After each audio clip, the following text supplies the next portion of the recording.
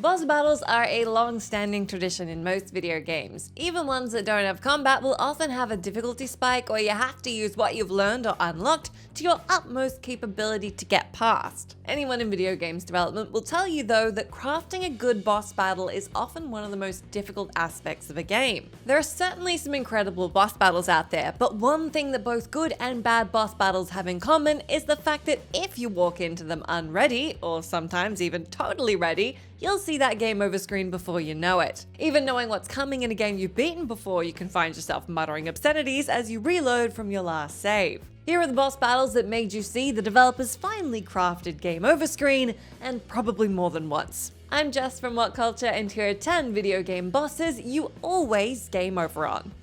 Number 10. Omega Pirate, Metroid Prime. The Phase 1 Mine section of Metroid Prime is an often contentious stage in the game, even in the remastered edition. With an easily missed save spot before you head into the mines, you can really go into the zone without proper preparation. After going through 3 levels of tough enemies, including ones that can cloak and ambush you, you'll finally wind up in the elite quarters of the 3rd level, looking upon the gigantic Phase-On enriched Omega Pirate in stasis. Cue boss battle. Omega Pirate is just about every trope of BS you can shoehorn into a boss battle. Shoot the glowing orbs on his body to make it vulnerable, it's immune to half your weapons, it'll summon minions to protect it, and of course it goes invisible and heals itself. Hope you brought enough missiles and bombs. If you die at any point during the boss battle, it's all the way back to the start with you, which was likely an hour or 2 ago. Oh, and did I mention this is your only chance to scan for the Omega Pirate's log? So if you missed that before the battle, or couldn't survive doing it mid-fight and you want to 100% the game, you'd better reload that old save and do it all again. Number 9. MISHIMA JINPACHI, Tekken 5.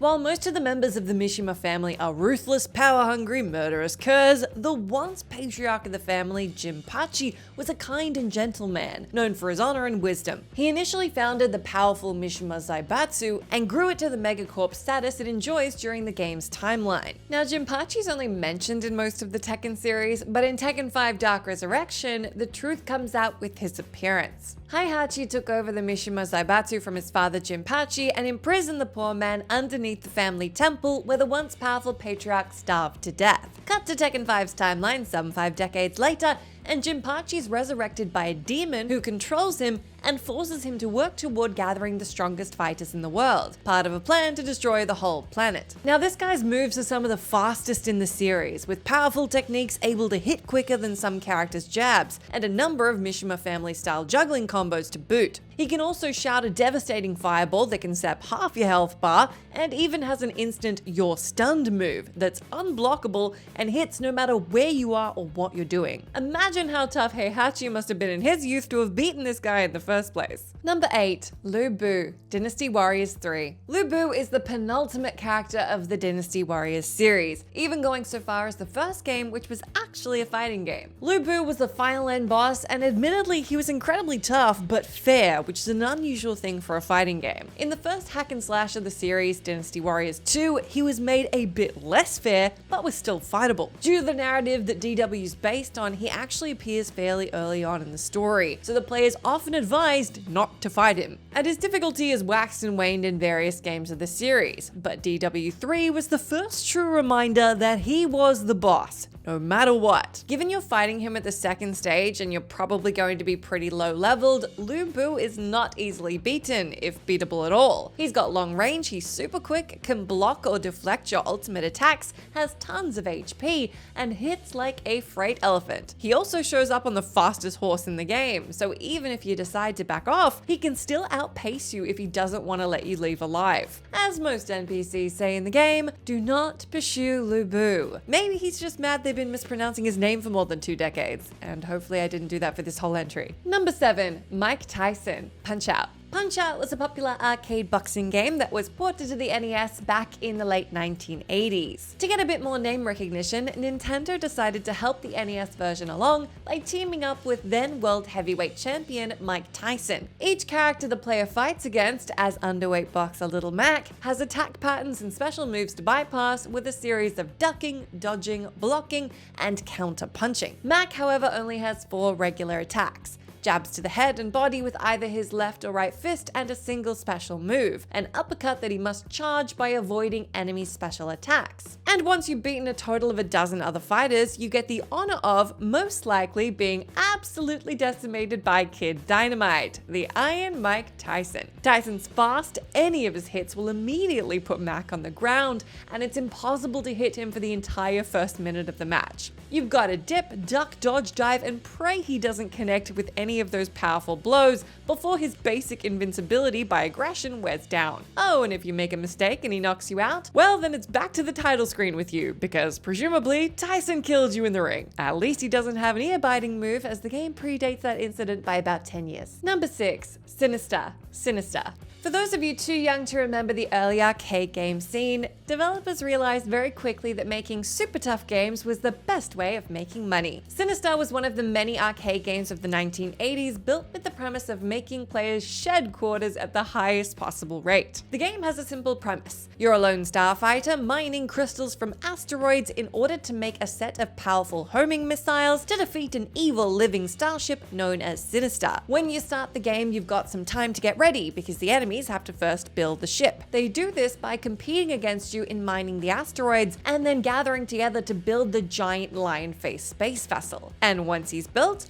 you, that's what. SINISTAR will call you a coward, tell you to run, and that he hungers for you. And by the way, he moves a lot faster than you do. It takes a total of 13 of the homing missiles to defeat him, and you die when one of his minions shoots you or if he touches you. Once he's built, he's in the game until you manage to beat him or run out of lives, so good luck.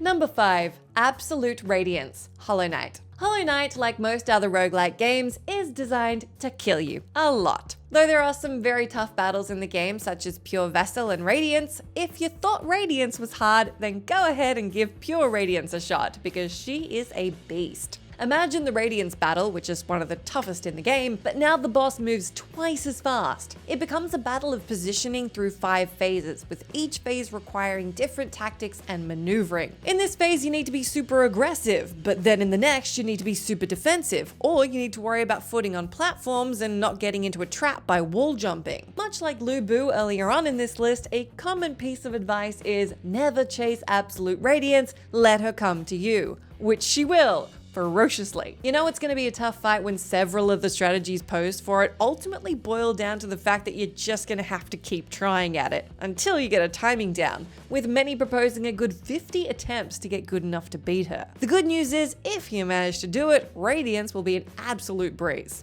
Number 4. Lord Hawkwind, Wizardry 4. Long before the days of Elden Ring and its brethren, there were games still out there which were difficult for the pure sake of being difficult. Older gamers will certainly think of the Wizardry series when asked about extremely difficult games of the 80s. And Wizardry 4 Return of Wordner is not only different to the previous entries, it's also significantly more difficult. Speaking of previous entries, one neat aspect of the game was that gamers could send in all their saved games from earlier entries to see their characters in Wizardry 4, which is cool and all, but why, might you ask? Well, that's because in 4 you play as the villain from 3 trying to regain his lost powers and climb out of the 10-level dungeon he was thrown into by the last trilogy's heroes. And if that wasn't hard enough for you, take the final boss of the Temple of Kant, Lord Hawkwind. A self-insert Gary Stew of one of the developers, Hawkwind, the elven ninja, is basically invincible and can one-shot you, unless you have one of the lowest strength enemies, a dink. So unless you mapped out the first 4 levels of the game on graph paper by hand to see the word dink spelled out, you got here and died. No chance of victory. There's a reason 4 isn't often included in talks of remasters. Number 3. Giacomo,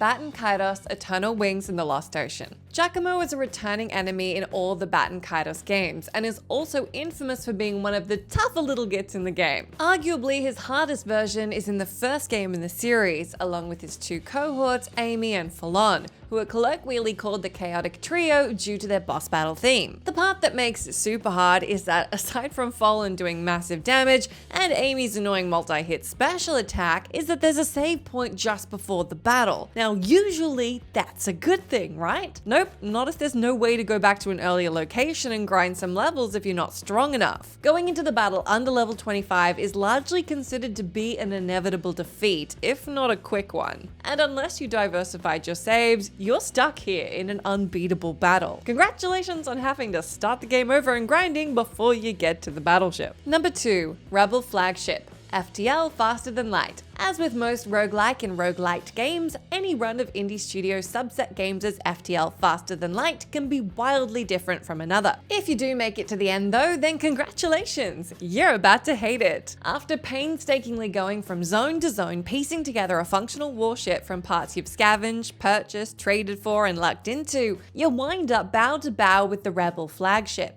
It doesn't matter how lucky you've been. At best, you're basically a destroyer up against a battleship. The Rebel Flagship has multiple stages to it. It has tough shields, strong armor, and a lot of firepower to throw at you. Given the fact that the creators of the game estimated that only 10% of players would be able to beat the Rebel Flagship, it's a wild guess you probably weren't one of them. Number 1, Goddess of Rot, Malenia. Elden Ring. With all honesty, you could put half the bosses in any Soulsborne game on this list, but the second form of Malenia, Goddess of Rot, is something even Soulsborne veterans get jittery about. As finely crafted as any other Soulsborne boss, she's one of the toughest on most people's lists, thanks to her self-healing, ability to dodge throwables and non-homing spells, and her high level of aggression. After you bring her down to 0 health, she'll transform into her second phase, Goddess of Rot. If you thought her first phase was tough, then just tuck your head between your knees and kiss your butt goodbye. Now she's faster, even more aggressive, and naked. Even if you're not distracted by the sudden nudity, the fact that she can now infect you with the Scarlet Rot doesn't make her any easier to fight. From Software declared that in the first year after Elden Ring's release, Malenia had successfully killed players 329 million times, making her the boss who defeated players the most. Not bad for an optional boss that not all players are even going to fight. Second place went to Margit, the first boss of the game that basically all players will contend with, taking out a modest 281 million players. That's the end of our list, but let me know down in that comment box which video game bosses you always game over on. As always, I've been Jess from WhatCulture. Thank you so much for hanging out with me. If you like, you can come say hi to me on my Twitter account where I'm at Jess McDonald, but make sure you stay tuned to us here for plenty more great gaming lists. Thank you.